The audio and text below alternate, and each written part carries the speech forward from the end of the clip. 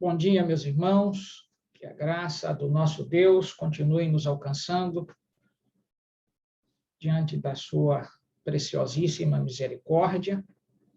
Sejam mais uma vez bem-vindos a este culto. Que o Senhor nos dê a graça de continuarmos estudando a sua palavra e a ela nos submetemos. Gostaria de convidar a pessoa que está responsável para nos apresentar diante de Deus em oração. E, em seguida, retomarmos o texto do Evangelho de Mateus, capítulo 9, e nós vamos, então, avançar nos versículos 32 ao 34.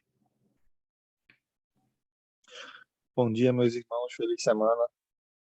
Assim oremos. Santo Deus, Pai amado que está no céu, nós te louvamos, te adoramos, te exaltamos, Senhor, e te agradecemos, Senhor, por mais uma oportunidade de estarmos reunidos em mais uma manhã para buscar conhecimento, para aprender mais de ti, para ouvir a tua voz falar aos nossos corações.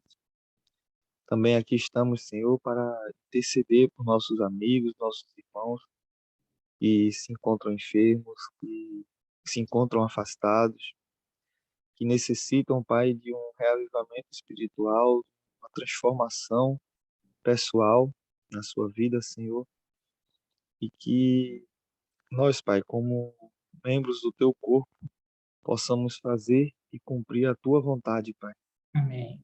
Possamos ser instrumentos usados nas Tuas mãos, Senhor, na pregação do Evangelho, Pai. O Senhor continue abençoando cada igreja que está envolvida nesse ministério, nessa obra tão maravilhosa agora na qual estamos participando, Pai, que é os 10 dias de oração, Pai. Que as orações que estão sendo feitas, Pai, nós temos a certeza, Pai, que estão chegando aos Teus ouvidos, Pai. Amém.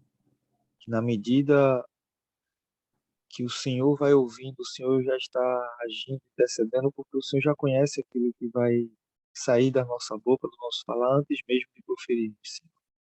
Nós cremos em Ti, nós cremos no Teu poder, nós cremos, Pai, que o Senhor é um Deus de amor, um Deus de misericórdia, mas sabemos, Pai, que o Senhor é um Deus justo, Deus de justiça. Que venhamos a fazer todo o coração, com todo o nosso empenho e sinceridade, Pai, a nossa parte, Pai. Que não seja algo superficial, mas seja algo verdadeiro, porque a adoração que o Senhor requer de cada um de nós é uma adoração em espírito e em verdade. Abençoa cada família aqui representada mais uma vez em prol de aprender de Ti, de ouvir a Tua voz. Abençoa a pessoa do pastor José Cícero, que mais uma vez irá trazer a palavra para nós, que seja a palavra vinda de Ti, que continue, Pai, nos ensinando, nos alimentando, Pai, nas primeiras horas da manhã, Senhor. Seja de maneira especial, Senhor, com o Cleiton. Que o Senhor continue protegendo, abençoando e livrando, Pai. Nós vemos aqui ou sabemos pelo que o teu servo, irmão Gladinho, fala para nós, nós conseguimos entender mais ou menos, mas só tu, Senhor, sabe a dor, o sofrimento que esse jovem vem passando, a luta que ele vem travando, Pai.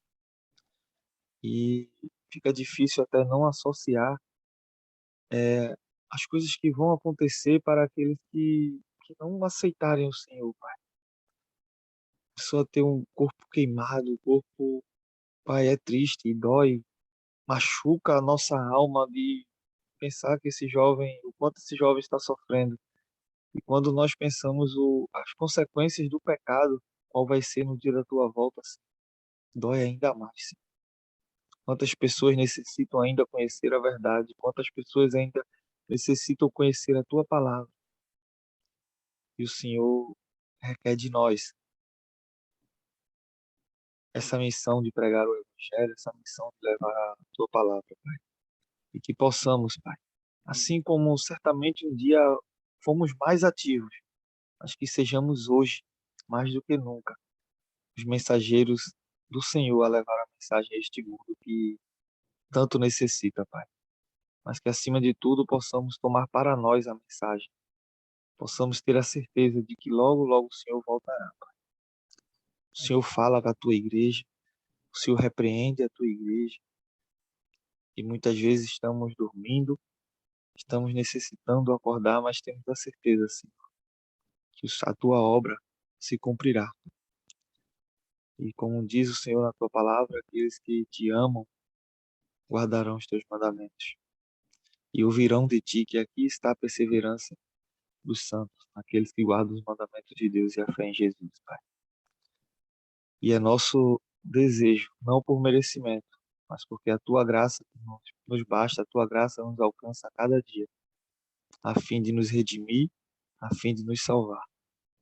Nós te pedimos perdão pelos nossos pecados, porque o Senhor é fiel e justo para nos perdoar, Pai. Entregamos a nossa vida em tuas mãos, Senhor. Cumpre o teu querer, cumpre o teu propósito, em nome de Jesus. Amém. Tudo bem, meus irmãos, Evangelho de Mateus, capítulo 9, versículos 32 ao 34. Na sequência, após o episódio que nós ontem nos debruçamos para estudar, a solícita manifestação de reclamo para a cura daqueles dois personagens que seguiram a Jesus da casa, então, do Jairo até a casa de Pedro. Jesus, então, realizou a cura após uma interrogação feita aos dois, para que pudessem, de alguma forma, entender que ele não era aquilo que eles, então, clamaram, um título que era exatamente atribuído a um libertador forjado na mente dos hebreus, à semelhança, então, de Davi. Após este episódio, Jesus, então, passa por esta outra situação, a qual, então, nós temos aqui este momento de um outro confronto. E observem que há algo que está bastante conectado com o episódio anterior. Esta é a razão por que eu reclamei o episódio aqui da chegada desses, então, cegos à casa de Pedro, porque nós temos exatamente o registro fazendo esta conexão. Observem, ao retirarem-se eles, foi-lhe trazido um mudo endemoniado. E aí você tem de se perguntar, quem havia se retirado? Claro, os dois, então, cegos. Ao se retirarem, foi-lhe trazido, portanto, um mudo endemoniado. Então, nós temos duas grandes questões aqui a analisarmos. Primeiro, a mudez e a situação, portanto, de possessão demoníaca. Então, é algo bastante terrível o que este personagem está passando. Não podia, portanto, ter a liberdade de falar, e, acima de tudo, por não ter liberdade de falar, diversas coisas, portanto, ficavam difíceis de serem compreendidas. Mesmo porque nós temos de nos lembrar que, no decorrer da história da raça humana, nós não temos melhorado no caráter humano. Na verdade, nosso caráter ele só modifica mediante a ação singular do nosso amigo Espírito Santo. E as práticas que os homens, por suas, então, dedicações, inteligências, conseguem aplicar para, de alguma forma, melhorar o acesso ao seu semelhante, isso não muda o semelhante. Então, quando nós temos hoje, portanto, uma linguagem que, então, está registrada em sinais, cujos sinais podem, portanto, ser absorvidos, e, a partir daí, um mudo tem condições, portanto, de se comunicar, e se era, portanto, surdo, também muitas pessoas com as duas deficiências, a mudez e a surdez, mas aqui, em particular, nós não temos a notícia de que este personagem era surdo, ele era mudo. Então, ouvia-se bem, é possível, portanto, que tinha, com o juízo, acesso a todas as coisas, mas não podia falar. Então, a gente precisa atentar que para os dias ali e anteriores aos dias de Jesus, não havia uma comunicação adequada para aqueles que tinham essas deficiências, seja ela em relação à fala, seja ela em relação à audição. Então, é certo que, no decorrer do tempo, a sociedade providenciou condições que essas deficiências são diminuídas, do ponto de vista de que alguém que, então, domina esse tipo de linguagem pode simplesmente entender aquilo que está sendo dito. Mas não era o caso para os dias de Jesus. Além desta deficiência, eu diria, técnica, de não se ter recursos para poder chegar a tais coisas, nós temos um episódio também nos evangelhos que nos fornece, de alguma forma, o que é alguém não poder falar, embora pudesse ter, então, recursos para dizer daquilo que sentia, que era o caso exatamente do pai de João Batista. Você se lembra que, após a visita do anjo Gabriel, por a razão da dúvida levantada exatamente por Zacarias, ele fica, então, mudo. Observe isto. E no momento, portanto, de se registrar o nome da criança, ele era mudo, mas não surdo. E, ao mesmo tempo, sabia escrever. E fica evidente que ali o texto, portanto, do Evangelho registra especificamente que, no momento do questionamento qual que seria o nome que iria se pôr no menino, por ele não poder falar, ele escreveu. Então, quando a gente tem situações que a mudez ela ocorre num período de tempo que as pessoas aprenderam já as coisas e depois, por alguma razão, de alguma doença, o caso, por exemplo, da epilepsia, que em alguns momentos chega a trazer dificuldades muito profundas nesses aspectos para a fala, mas dentro de um período que o indivíduo está ali sob o efeito da reação, portanto, eu diria, dos neurônios. Mas também há uma outra doença, que é o caso da meningite, que pode exatamente atingir, eu diria, os tímpanos, pode atingir, inclusive, a fala, e pessoas ficarem exatamente sem condições de poderem falar. Mas, se a meningite atingiu alguém a partir de um momento que ele já sabia falar, que ele já sabia escrever, essas coisas permanecem no juízo, e aí podem exatamente continuar tendo a prática disso daí, embora possam não escutar e não falar, mas como aprenderam antes, podem fazê-lo. Eu estou tratando desta forma este episódio para que nós entendamos que há um confronto entre, portanto, determinados personagens que vieram sempre acompanhando Jesus, não para segui-lo, não para amá-lo, não para se submeter a ele, mas para encontrar, então, ocasião propícia para, então, escancarar não só aquilo que eles conservavam em mente, mas também desafiarem aqueles que estavam seguindo a Jesus a não permanecer mais com Cristo. E no caso aqui, deste episódio, nós temos algo que não podemos negar. Algo estupendo havia ocorrido, a cura, então, da cegueira daqueles dois homens, e neste interstício, bastante, então, próximo deste ato, vem, então, este outro personagem com essas duas grandes dificuldades. A mudez e a possessão demoníaca. Aqui, nós temos, então, de parar para verificar como o texto nos apresenta, porque este episódio não está registrado nos demais evangelhos. Marcos não trata deste episódio e Lucas, muito menos. Então, quando a gente ler, venha comigo de novo a palavra do Senhor, ao retirarem-se eles, reitero, a quem se refere, aos dois, portanto, que haviam sido curados. Quem? Os dois cegos. Foi-lhe trazido um mudo endemoniado. E, expelindo o demônio, falou mudo. Então, às vezes, parece-se dar a entender que a presença do demônio naquele, portanto, personagem aqui anônimo, impedia a ele de, então, falar. Porque a linguagem, como Mateus coloca, evidencia-se que a cura não ocorrera em relação à mudez, mas ocorreu em relação ao exorcismo, a expulsão do demônio, tirando-se, portanto, aquele que estava agindo sobre a vida deste personagem, ou seja, o personagem agora, passa a falar. Parece que esta é a cadência que está aqui, mas nós temos de atentar para outro detalhe.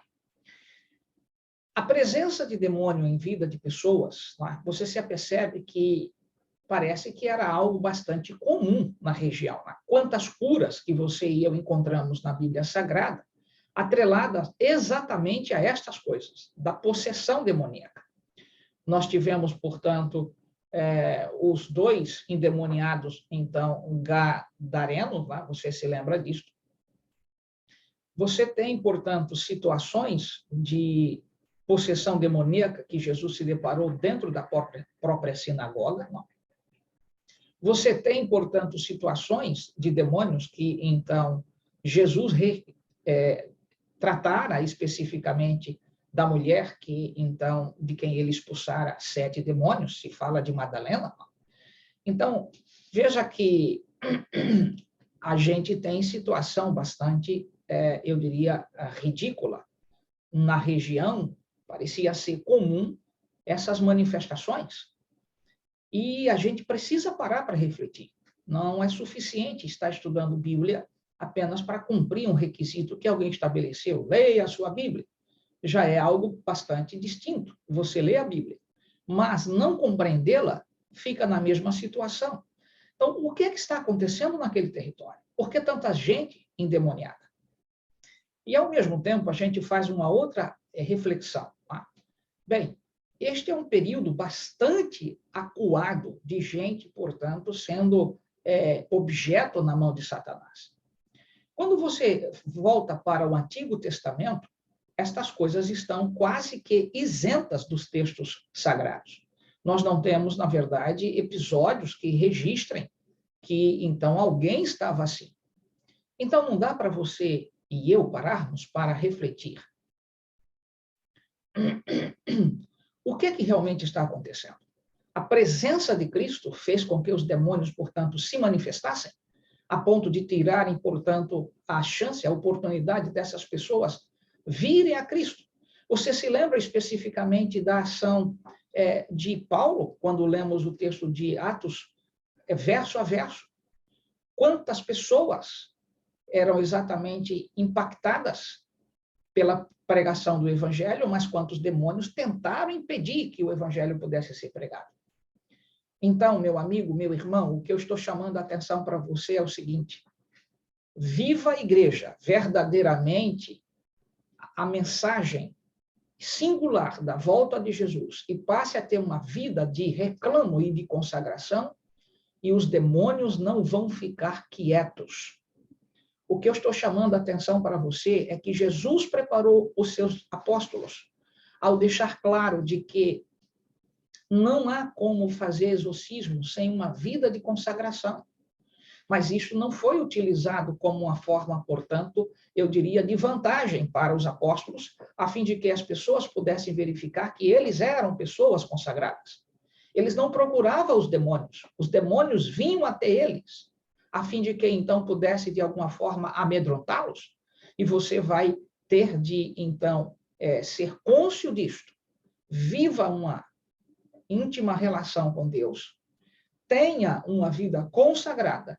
E você vai conseguir se aperceber que, então, eu diria, o mundo invisível, que nós não temos enxergado com muita clareza, vai se tornar visível, tentando levar a igreja e as pessoas a temerem de vir ao ambiente onde nós estamos, por onde nós vamos passar, porque vão, de alguma forma, noticiarem de que, na verdade, não vale a pena aproximarem-se dos adventistas do sétimo dia, porque eles carregam, eles atraem a presença de demônios.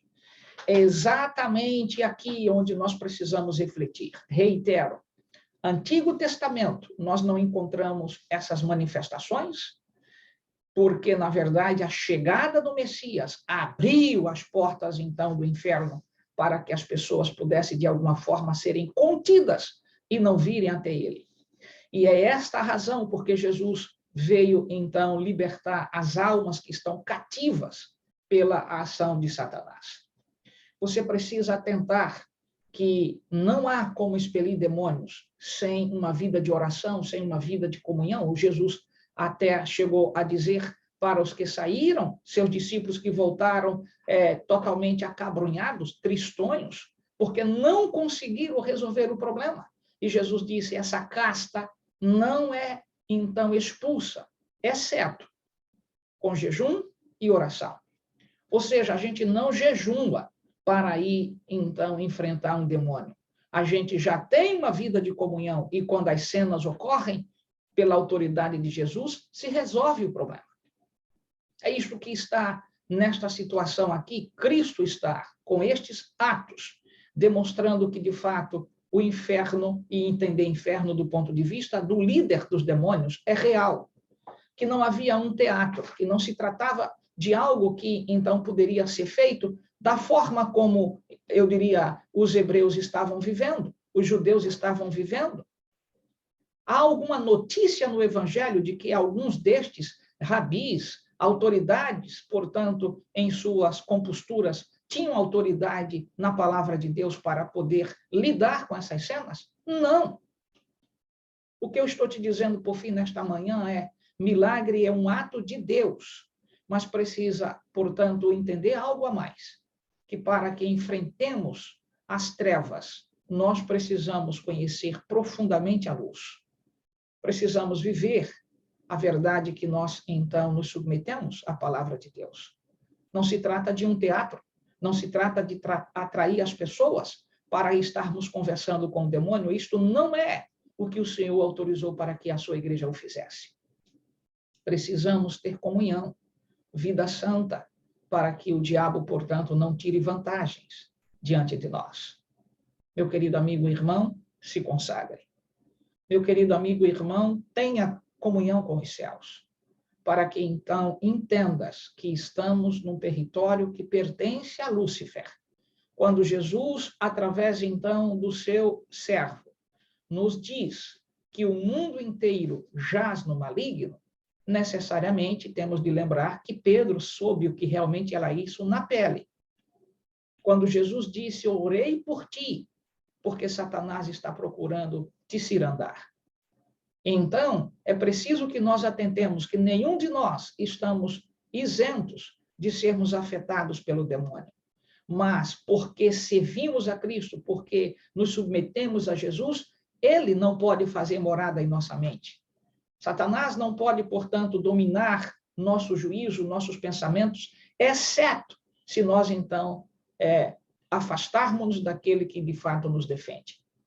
Então, quando você vê que o território por onde Jesus andava, por onde os apóstolos iam, portanto, levando o evangelho, o diabo tentou, portanto, assustar as pessoas.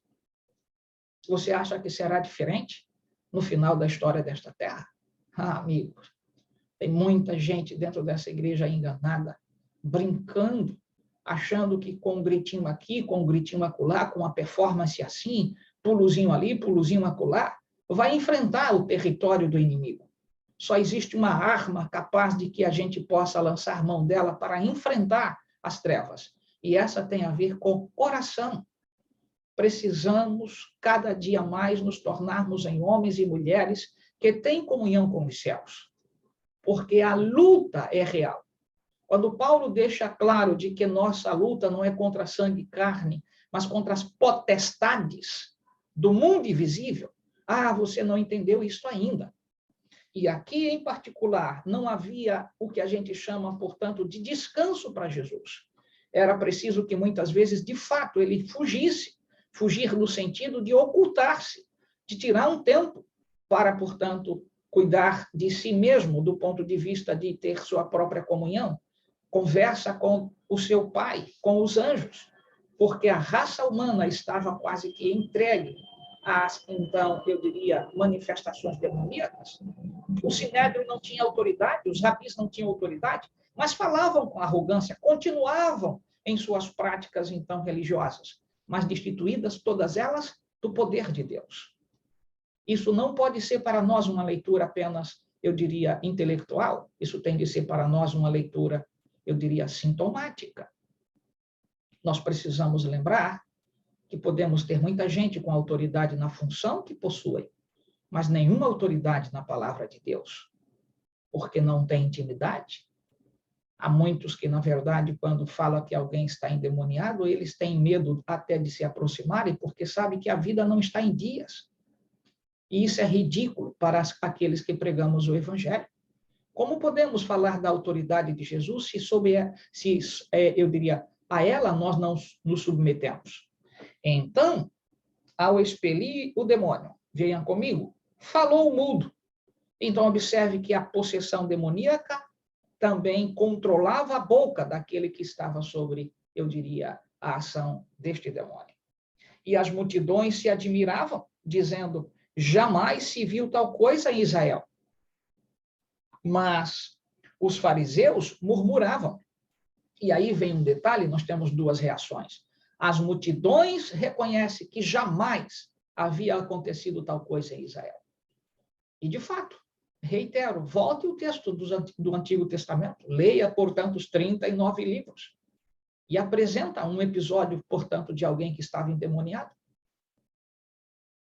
Porque os atos dos profetas, de alguma forma, era noticiarem de que, então, o Messias viria, e os demônios não tinham, portanto, nenhum interesse de suas manifestações naquelas ocasiões, porque, na verdade, isso não iria fazer com que a pregação do Evangelho se tornasse profícua, mas, então, eu diria, espraiada. Não é assim. E aí você diz, mas, pastor, há muitas pessoas no Antigo Testamento que tinham comportamento adverso. Sim, o próprio rei Saul, eu não esqueço disto. Sei exatamente que Saul tinha a presença aqui e acolá de um espírito imundo que tomava conta dele. Mas veja, para quem ele partia para tentar destruir? A quem Deus havia escolhido para substituí-lo. Ele não tinha uma manifestação que assustava o povo, porque isto não era o que então estava reservado para a chegada do Messias. Quando Jesus nasceu nessa terra, o diabo, portanto, arregimentou todos os anjos que ele conseguiu, portanto, trazer dos céus, para se tornar exatamente um entrave para que as pessoas não conhecessem do amor de Deus. E você acha que será diferente quando nós tivermos de anunciar com profusão que Jesus vai voltar a esta terra em poder e muita glória, e noticiarmos e denunciarmos o comportamento das duas infamigeradas bestas de Apocalipse, capítulo 13? Não, amigo, as portas do inferno hão de se abrir de novo. E esta igreja só poderá avançar pelo poder e pela graça de Jesus. Portanto, atente que as reações virão. A reação, de um lado, de multidões, reconhecendo que, de fato, essas pessoas são distintas, elas servem a Deus. Mas aqueles que estão envolvidos em autoridade religiosa, que não se submeteram à intimidade com o Senhor, vão, então, nos nominar de filhos do demônio, de que estamos realizando as coisas pelo poder das trevas, assim como fizeram com Cristo Jesus. Essas duas reações aqui, elas são para nós pedagógicas. A reação da multidão e a reação, portanto, desses líderes de Israel. E aí os fariseus murmuravam. E o verso 34 diz, pelo, então, maioral dos demônios, é que ele expele os demônios. Que coisa, mano. Os que pregavam a verdade não reconheceram a divindade de Cristo. E os que não tinham informação nenhuma, a reconheceram. Será que isso não nos educa? A entender que nós temos muitos líderes que estão exatamente apenas na função, porque a função é benéfica, providencia condições de status, mas são totalmente desprovidos do poder do Senhor Jesus, da sua graça e de uma vida de comunhão. Quantas vezes você se aproxima de líderes religiosos que eles são frios como um iceberg, à deriva, não tem a quentura singular do nosso amigo Espírito Santo. Quando falam, você percebe a frieza, a falta de comunhão, a falta de poder daquilo, portanto, que manifestam. Mas tem poder na caneta, porque o cargo que exercem tem autoridade sobre eles, inclusive para fazer muita gente sofrer. Meu querido amigo e irmão, nosso poder não está na função que a gente desempenha. Não é o fato de você ser um ancião que você pode ter poder, não é o fato de eu ser um pastor que eu posso ter poder. A função pode me cobrir de poder que seja exatamente uma arma que, ao invés de, eu diria, levarem as pessoas a terem comunhão com os céus, na minha, então, forma e compostura, eu repeli-las desta intimidade. E até mesmo fazê-las sofrer.